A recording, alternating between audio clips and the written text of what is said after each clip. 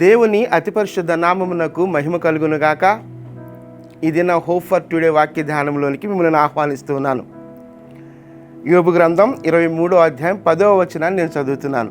యోబు గ్రంథం 23వ అధ్యాయం 10వ వచనం. నేను నడుచు మార్గము ఆయనకు తెలియను, ఆయన నన్ను శోధించిన తరువాత నేను సువర్ణము వలె కనబడుదును. ఆయన నన్ను శోధించిన తరువాత నేను సువర్ణము వలె కనబడుదును.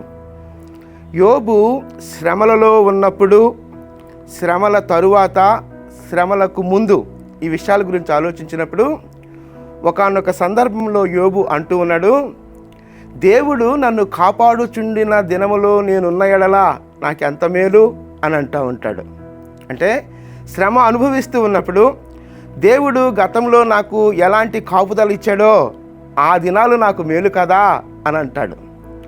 శ్రమ అనుభవించే క్రమంలో మరొక ఆలోచన ఏంటి అనంటే, దేవుడు నన్ను శోధించిన ఎడల నేను సువర్ణం వలె అగుదును, కనబడుదును అంటున్నాడు.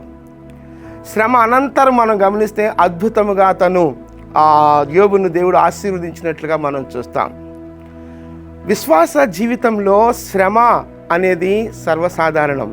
ఈ శ్రమలు దేవునికి మరింత చేరువవడానికే తప్ప దేవుని నుంచి మనం దూరం చేయబడడానికి కాదు అనే విషయాన్ని గమనించాలి.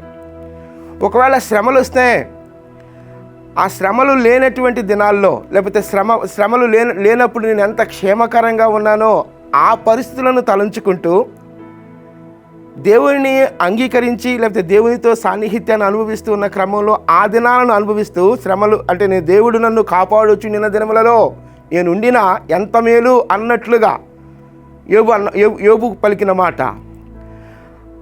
కానీ శ్రమ అన్నది దేవునికి ఇంకా చేరువవడానికి అనే విషయాన్ని మనం అర్థం చేసుకోవాలి.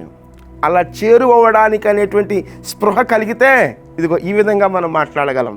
యోబు పలికిన మాట, ఆ మాట నేను మరలా చదువుతున్నాను. 23వ అధ్యాయం 10వ వచనం. ఆయన నన్ను శోధించిన తరువాత నేను సువర్ణము వలె కనబడుదును. ఆయన నన్ను శోధించిన తరువాత నేను సువర్ణం వలె కనబడుదును అంటున్నాడు. కీర్తనకారుడు ఒకనొక సందర్భంలో శ్రమ నొంది ఉండుట నాకు మేలాయను అంటున్నాడు. నీ కట్టడలను నేను నేర్చుకొనున్నట్లు శ్రమ నొంది ఉండుట నాకు మేలాయను అంటున్నాడు. శ్రమ నిజముగా మనం విశ్వాసపు అనుభవాల్లో ముందుకు కొనసాగుతున్నప్పుడు, శ్రమలు మనకు ఎదురవుతున్నప్పుడు ఆ శ్రమలు మనకు మేలు అనే విషయాన్ని మనం ఎప్పుడూ మర్చిపోకూడదు. యోబు ఒకానొక సందర్భంలో దేవుడు నన్ను కాపాడుచుండిన దినములలో నేను ఉండిన ఎడల నాకెంత మేలు అన్నట్లుగా కాకుండా ఈ శ్రమలో కూడా దేవుడు నన్ను విడిచిపెట్టడు. అందుకే కీర్తనకారుడు ఆ సందర్భాన్ని జ్ఞాపం చేశాను. నీ కట్టడలను నేను నేర్చుకున్నట్లు శ్రమ నొంది ఉండుట నాకు మేలాయను అంటున్నాడు. దేవుని కాపుదల ఉంటుంది. శ్రమ మనకు మేలు అనే స్పృహ కలిగినప్పుడు అదే చెప్తున్నాడు ఇక్కడ, ఆ మాటే చెప్తున్నాడు. ఆయన నన్ను శోధించిన తరువాత నేను సువర్ణము వలె కనబడుదును. శ్రమ మనల్ని షార్పన్ చేసేవి ఉంటాయి. శ్రమలు మనల్ని ఇంకా విశ్వాసపు స్థితిలో ఎదిగేలాగా చేస్తాయి. అయితే ఎలాంటి శ్రమల గుండా